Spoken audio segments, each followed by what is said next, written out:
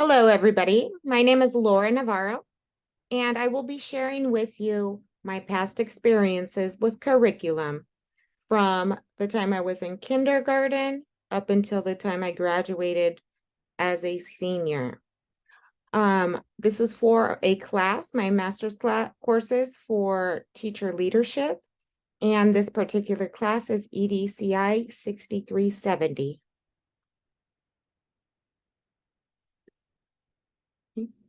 Kindergarten through fourth grade. Okay, so from kindergarten to fourth grade, I actually attended a parochial school. It was a Catholic school, and everything was done in English. Music class consisted of nursery rhymes, of course, all English ones like Little Bo Peep, Lost Her Sheep, um, Old MacDonald, uh, Mares Eat Oats and Does Eat Oats and Little Lambs Eat Ivy. All of the nursery rhymes were in English and had character names that were familiar to Anglos. Okay. I did attend church daily during school. It was Catholic, and masses were also completely in English. All the songs in English, everything was English. My classmates were all Caucasian. So all the nuns were Caucasian, as I recall. The priests were Caucasian.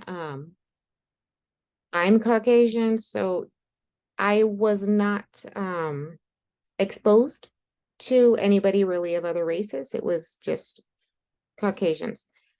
Technology. The only technology I remember using in kinder through fourth grade was a TV. And the reason why I remember that was because it was when the Challenger Space Shuttle um, had a teacher on it, Krista McCall, I believe her name was, and it exploded and we were watching it, and I was in second grade and we were watching it in our second grade classroom. So that's the type of technology we used. Fifth grade to sixth grade, I attended public school. So in fifth grade, I ended fourth grade in Catholic school, and then I transferred over into public school fifth grade. And in PE, we would do dances like folk dances, square dancing, stuff like that. So it was of European heritage dances. Uh, that's the only thing I remember that could be considered anything to do with our culture was square dancing. My content classes, of course, they were all in English. The characters, everything that I recall were all characters with Anglo names. My classmates, I thought everybody was white or Caucasian. However, when I got older, I realized that a few of the kids in the class were actually Asian Americans. I One of them, it was funny, his name was Billy's son. And when I realized he was Asian American, I think it was in high school when I realized it, he was like, "How did you not know my last name's Sun, S-U-N?" Like, I guess I just didn't notice that he looked any different or anything like that. I guess that was the last thing on my mind. But so, I mean, I did go to school with a boy that was Asian American, but I had no idea he was until high school. Sixth to eighth grade. Okay, so this is where it got interesting. So sixth to eighth grade, it was middle school, also the public school, and it's where all the elementary schools came together and everybody attended the same middle school. Now, there was only one middle school in my town, and it was the first time I had friends that were African American. I had friends that were Hispanic.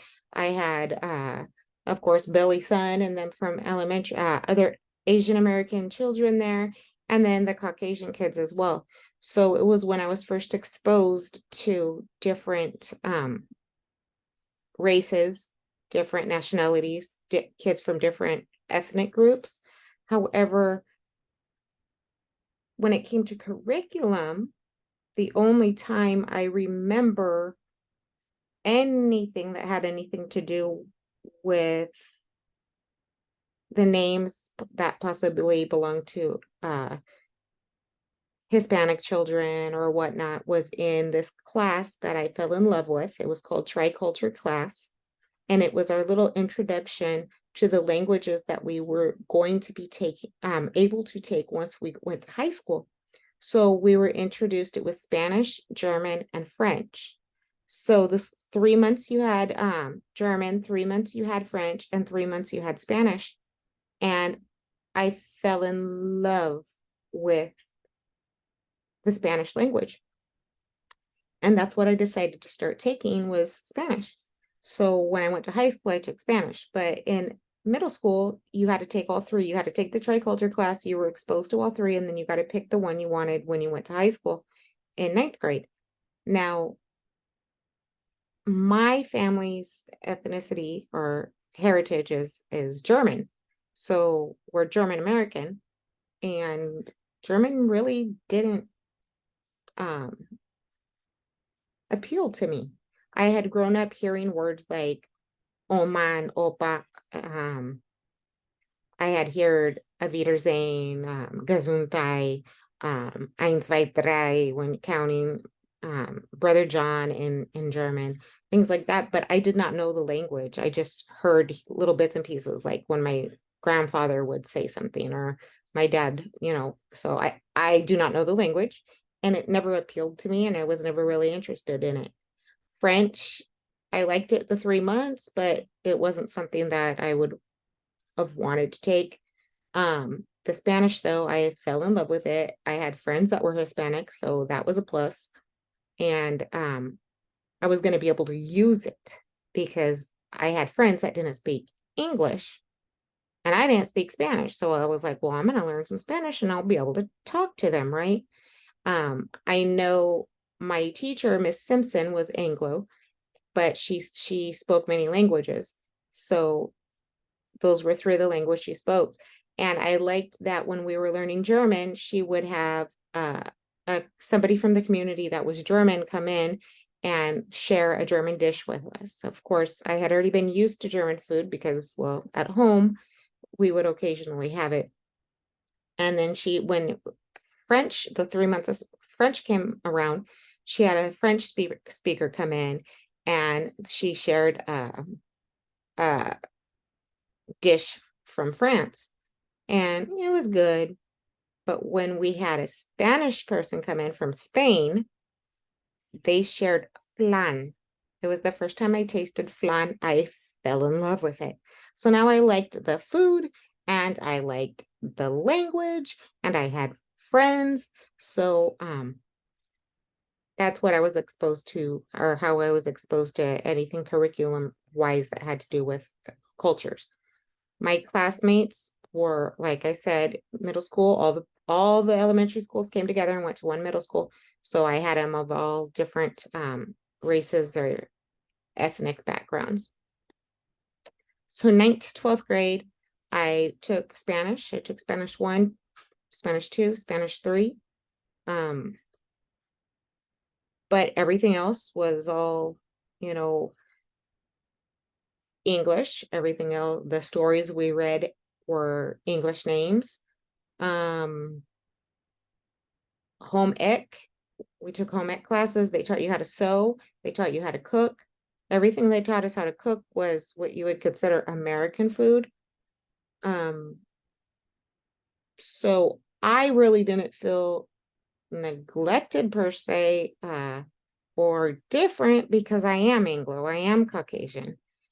But I'm sure that fellow classmates might have wondered, why are all the characters in our passages, why do they all have English names?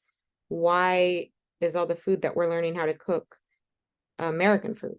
Why is the history that we learn based on what the Americans had to say? If the Americans won, what they had to say. Why don't we learn about what the other side had to say?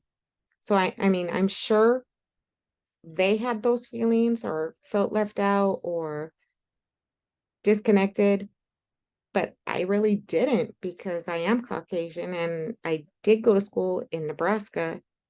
And I mean, we learned about Lewis and Clark and things like that. So that was my experience with curriculum from kinder to 12th grade.